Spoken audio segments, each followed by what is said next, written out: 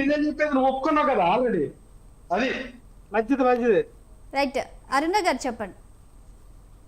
Madam, Tirupati ఉప ఎన్నికల్లో మీకు వైసీపీ టైంలో మీరు ఒక విషయం చూస్తే, తిరుపతి ఉప ఎన్నికల్లో భర్త ఎవరో తెలియని భార్య, తండ్రి ఎవరో తెలియని కొడుకు, అసలు భాష ఏదో ఊరేదో కూడా తెలియనటువంటి ఓటర్లు వచ్చి ఓటర్ కార్డులు పట్టుకొని, మరి ఇక్కడ క్లియర్ గా మెన్షన్ చేస్తున్నా, ఓటర్ కార్డులు పట్టుకొని మరి ఓటర్ కార్డులో తండ్రి పేరు ఏముందో కొడుకు తెలియదు, ఓటర్ కార్డులో భర్త పేరు ఏముందో భార్యకి తెలియదు, ఓటర్ కార్డులో భార్య పేరు ఏముందో భర్తకు తెలియదు, ఓటర్ కార్డులో పట్టుకొని మరి వచ్చి తిరుపతి ఉప ఎన్నికల్లో పొంగనూరు నుంచి, పులివెందుల నుంచి, తమిళనాడు నుంచి కూడా వచ్చి ఓట్లు వేస్తే అదేమో ప్రజాస్వామ్యం, 100% ప్రజాస్వామ్యం. అది కేఎస్ ప్రసాద్ గారికి కానివ్వండి, లక్ష్మణ్ రావు గారు కానివ్వండి, అది 100% ప్రజాస్వామ్యం.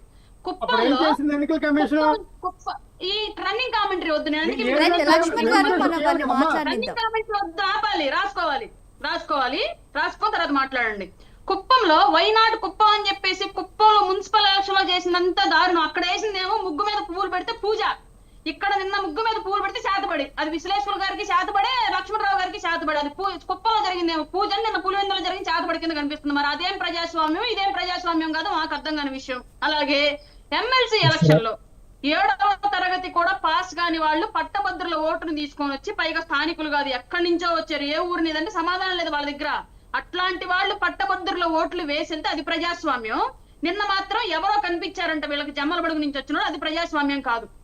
32 ఏళ్లుగా ఒకే ప్రాంతంలో అసలు నామినేషనే పడనటువంటి వ్యవస్థ నడిస్తే అది ప్రజాస్వామ్యం. గొప్పగా నడిచింది అక్కడ మానవత్వం, అక్కడ ప్రజలు విలసిల్లిపోయారు ఆ ప్రజాస్వామ్యంలో. 32 ఏళ్లుగా పులివెందుల్లో వైఎస్ ఫ్యామిలీ అండర్ కంట్రోల్.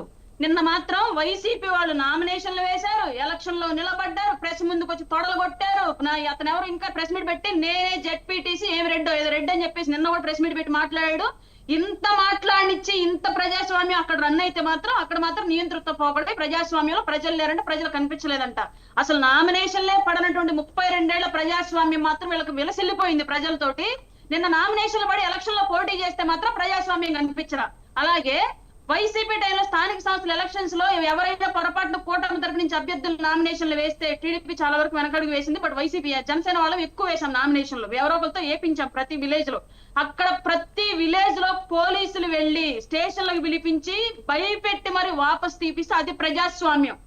నిన్న మాత్రం ఒక డిఐజీ అక్కడ జరుగుతున్నట్టు గొడవలు కంట్రోల్ చేయడానికి, ఒక డిఎస్పీ గొడవలు కంట్రోల్ చేయడానికి తనకున్నటువంటి పవర్ ను వాడుకుంటానని చెప్పేసి ప్రజల్ని హెచ్చరిస్తే మాత్రం అది ప్రజాస్వామ్యం కాదు, నియంతృత్వం. ఈ పోలీసులకి ఇది ఆంధ్రప్రదేశ్ ప్రజాస్వామ్యంలో లేదంట ఆ హక్కు. ఎక్కడైనా గొడవలు జరుగుతుంటే ఎక్కడైనా సరే తన గన్ని గాల్లో ఫైర్ చేసేటువంటి రైట్ కూడా ఒక పోలీస్ ఆఫీసర్ ఉంది. కానిస్టేబుల్ దగ్గర నుంచి గన్ లైసెన్స్ ఎవరికి ఉందో వాళ్ళకి ఆ రైట్ ఉంది. అతను నిన్న జస్ట్ వార్న్ చేశాడంటే గన్ తో కాల్చి పడేస్తానని, జస్ట్ కనీసం గాల్లో ఫైర్ కూడా చేయాల, అది తప్పు వీళ్ళకి. వీళ్ళ ప్రజాస్వామ్యంలో పోలీసులు రౌడీలుగా వ్యవహరించి సెటిల్మెంట్లు చేయొచ్చు, హిస్టారిక్ గా కేసులు తప్పుదారి పట్టించేసి ఆడపిల్లలను కూడా తీసుకొచ్చి ఫ్లైట్లు తీసుకొచ్చి బంధించేసి వీళ్ళకి అనుకూలంగా మార్చొచ్చు, వాపస్ వీళ్ళే విత్డ్రా చేయించచ్చు, వేసిన నామినేషన్లు పోలీసుల నామినేషన్ వాపస్ తీయించచ్చు. బట్ ఇక్కడ మాత్రం పోలింగ్ జరుగుతుంటే అక్కడ గొడవలకు వస్తుంటే ఆ గొడవలను కంట్రోల్ చేయడానికి మాట్లాడితే మాత్రం ప్రజాస్వామ్యం కాదు. అని జగన్మోహన్ రెడ్డి గారు అంత ప్రజాస్వామ్యంగా నడిపిస్తే 11 సీట్లు ఎందుకు వచ్చా, పులివెందుల్లో కూడా ఎందుకు ఓడిపోయా, వైనాడు కుప్పం అన్నటువంటి వ్యక్తి వాళ్ళ వైనాడు పులివెందులు అన్న కాన్సెప్ట్ కి ఎందుకు పోయా, ఇదంతా ఎక్కడ ప్రజాస్వామ్యం? అప్పుడు ఎందుకు క్వశ్చన్ చేయలేదు ఈ ప్రజాస్వామ్యం గురించి? మీరంతా నాకు అర్థం కాలేదు. కుప్పంలో జరిగిన దారుణాలకు ఎందుకు క్వశ్చన్ చేయలేదు? తిరుపతికి ఏదో పక్క రాష్ట్రం నుంచి ఓటర్లు వస్తే ఎందుకు క్వశ్చన్ చేయలేదు? అసలు ఎమ్మెల్సీ ఓట్లు 7వ తరగతి పాస్ అవ్వడం వస్తే ఎందుకు చేయలేదు? మరి ఇవన్నీ ప్రజాస్వామ్యం కనిపించినప్పుడు నిన్న ప్రజాస్వామ్యం మీకు ఎందుకు కనిపించలా?